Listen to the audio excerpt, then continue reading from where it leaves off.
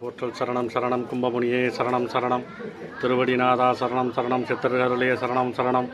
அருள் வடிவானாய் சரணம் சரணம் பொருளடி மூலம் காற்றிற்று போதித்து அருளிய குருவே சரணம் சரணம்